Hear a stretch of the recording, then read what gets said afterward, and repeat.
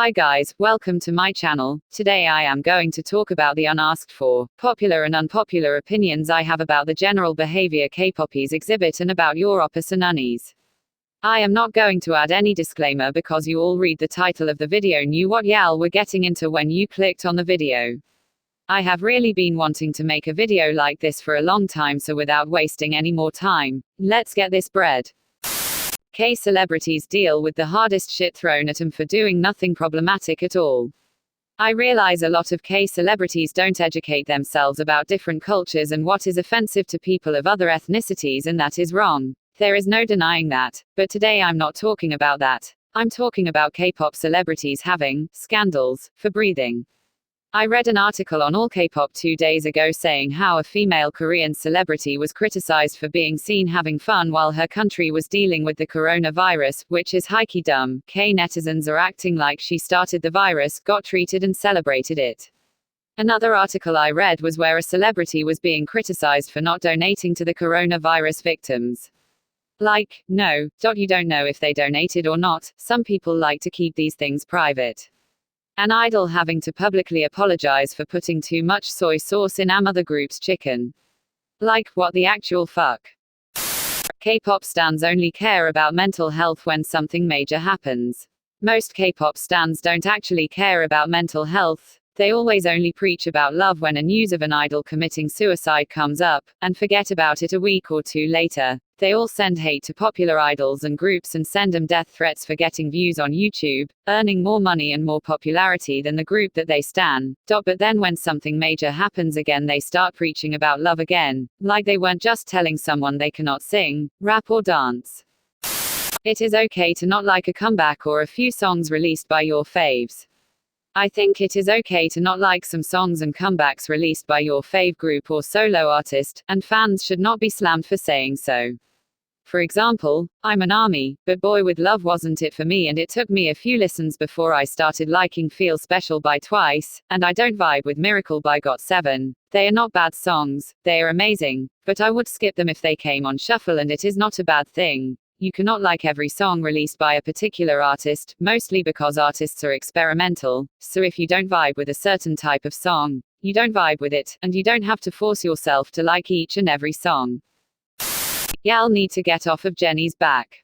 Don't even get me started on how unfairly Jennie is treated by K-pop stans. This one goes hand in hand with my second opinion about how K-pop stans don't really give a fuck about mental health. Stan Twitter is always sending her hate for looking quote-unquote lazy during their performances. She isn't lazy, she has never been lazy. I have friends who are blinks and they have told me during this time, she had an ankle injury and she still chose to perform. She could have easily taken time off, or sat down during their performance, but no, she decided to perform. What I don't understand is if you don't stan her, why are you so concerned about how she is performing? Before I got to know she had an ankle injury, I actually thought she was going through something mentally, and I felt so bad for her because when you are going through something, you don't even have the motivation to get out of bed, and homegirl is out here performing in front of thousands of fans. She also gets hate for being YG's princess and how she isn't talented and didn't deserve her solo. Have you ever listened to her rap? She has such an amazing flow, and do you really think even though YG is a shitty person, he would let Jennie debut only because he has a preference for her? Like, I don't even stan Blackpink, but I'm hikey worried about her mental health and well-being. She even had to apologize to the shitty people who sent her hate on her birthday. People sent hate to her when the news about Kai and her dating came out because everyone thought they are only dating for promo. Do you really think they would do it in a culture where dating is called a scandal and can ruin careers? People always praise boy group members for having cold looks, calling them cool and sexy, but God forbid if a girl group, especially Jennie, has a cold look on her face, it just gives the bullies another reason to send her hate. She doesn't deserve to go through all of this, and I'm glad she has the other members who always have her back. Some fans are borderline creepy and obsessive and annoying. Before everyone starts getting mad at this, I just want to clarify that this is my opinion and I don't care if you agree with this or not. First, I want to talk about Korean award shows. Awards should be given based on the quality and not popularity, because then only 2 or 3 groups are going to win awards and everyone else will just lose hope and interest in award shows. Desangs should be given to idols who worked their hardest and received a good response from the GP, and not the fans losing sleep and unhealthily voting for the faves.